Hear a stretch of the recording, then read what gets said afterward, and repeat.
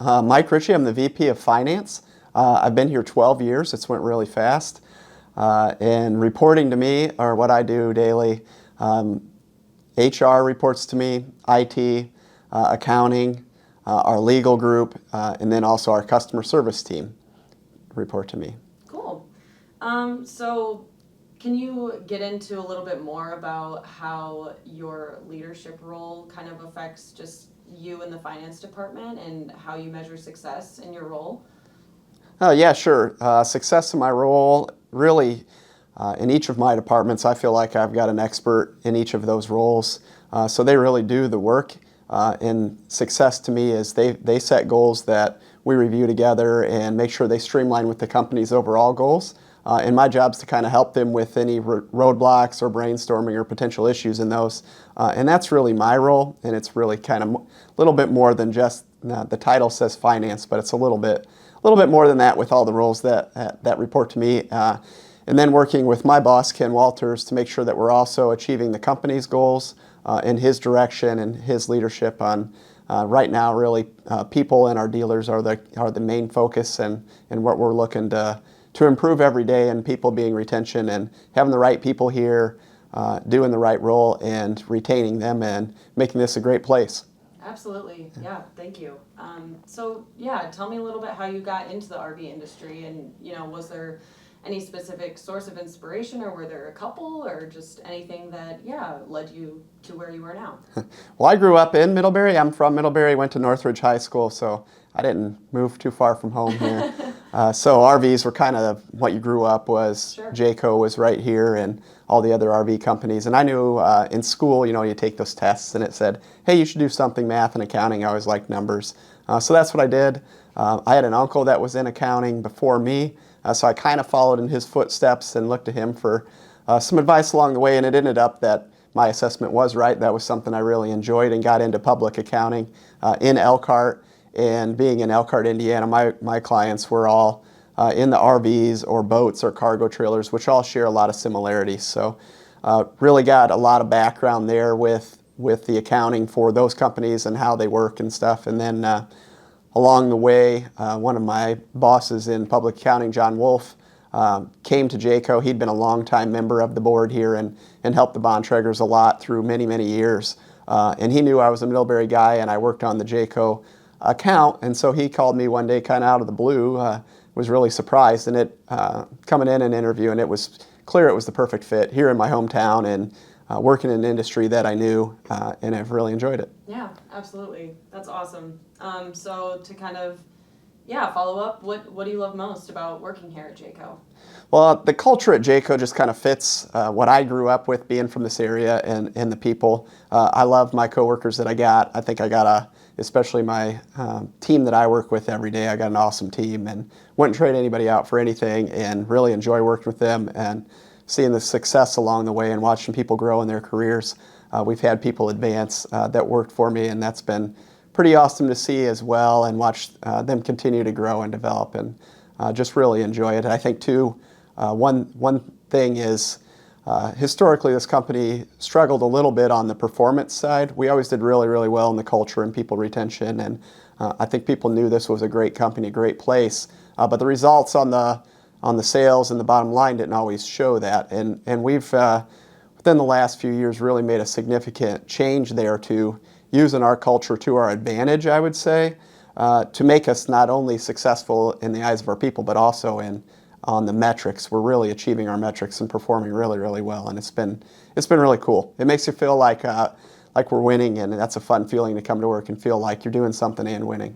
Definitely, definitely. And I mean, I guess this is a follow-up on a follow-up, but what would you say sets Jaco apart then from other RV manufacturers? Yeah, that is a little bit of a follow-up on the follow-up, because I don't think, I haven't worked at those places, but from what I hear and what I see, the approach isn't always the same, to where we want to do the right thing by our employees, and we want to do the right thing by our dealers. And that doesn't mean everybody always feels like that we do, or we get it right every time, but we have that in mind when we make decisions every day, and what impact they'll have, and not just focused on just the bottom line. We want to achieve successful results, and metrics, but there's things that sometimes matter more than that, and making sure we do the right thing. And I know that we focus on that day in and day out.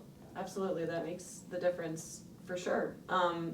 Okay, just to pivot here, but so what do you like to do for fun outside of the office? Oh, for fun. Well, I have a couple boys, 17 and 15, so I spend a lot of time with them and my wife doing various activities, like to travel, usually warm places, go to the beach, like to spend time out on the water when we can, boating and things. And then I spend a lot of time working out too. That's kind of my de-stress, so try and make it to the gym as much as I can. And between that and kids' activities, we stay pretty busy. Yeah, I bet. Nice.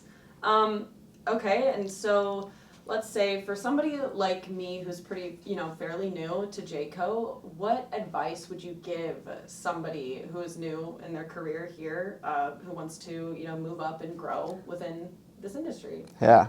Well, the first thing that comes to my mind is patience. And I speak that a little bit from experience because I always wasn't, and some would probably still say not always the most patient individual, but learning that things do really take time.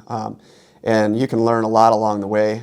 Wish I would have probably early in my career listened more than I talked and take advice. And I was fortunate enough to have really, really good mentors throughout my whole career, whether it was in public accounting or here at Jaco. John Wolf, the guy that hired me, being one of those, and I consider my current boss one of those as well. Just a little bit different personalities than me, and just kind of a voice of reason along the way, somebody I could always go to and share my concerns or frustrations, and they were always very open with me too. So I feel like something that benefited me was getting advice along the way or constructive feedback on opportunities, and then really using them. So don't be scared or concerned to get feedback and use it to your advantage. And sometimes the first reaction can be a bit negative, or you got to think about it a little bit, but really think the true intent of those folks is to help you. So I would say really finding a mentor along the way, and then just being patient, knowing some things take time and come with experience. And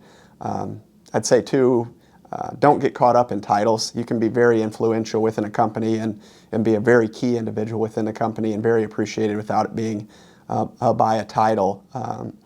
Titles are good, and we want to show people respect for what they do for sure. But I see a lot of our younger employees, especially here, could get another title at another place, and little did they realize they're doing the exact same job at a different company, and probably even for the same pay, but they got a cool title, and then it doesn't work out. And we've had people even come back realizing kind of the mistake they made. But it's so easy to get caught up in that, especially really, really young in your career.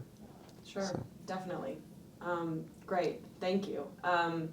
So what is a highlight or like a fond memory that you have that you can pull from and tell me about from your Jayco career?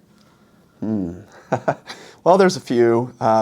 I've had the opportunity to go on a couple of the dealer trips, which is a really cool experience to see people outside of work, and also the homecoming events for Jayco and Integra, and meet people, kind of talk to people outside of the office. So that's always a real cool experience. And then another thing, I guess, that always will stick out to me is my former boss who brought me here, John Wolf, and the times I shared with him why he was here, and him really coaching and mentoring me along the way and helping me with my issues, and while at the same time understanding what success looked like in the company, and really kind of coaching me to where I could get to where I could fill his shoes one day, or at least try. He was a very well-liked individual within the company and a very sound individual. So, what attributes make a great leader to you? Okay, as I think back kind of some of the leaders I've had throughout my years, patience, like we've mentioned already, I guess, in here, comes to mind. And then being really able to develop a relationship where they feel comfortable giving the feedback that you need, good and bad, so that you can continue to grow and develop with that, and really being open and honest, regardless of what the topic is, and really just feeling comfortable.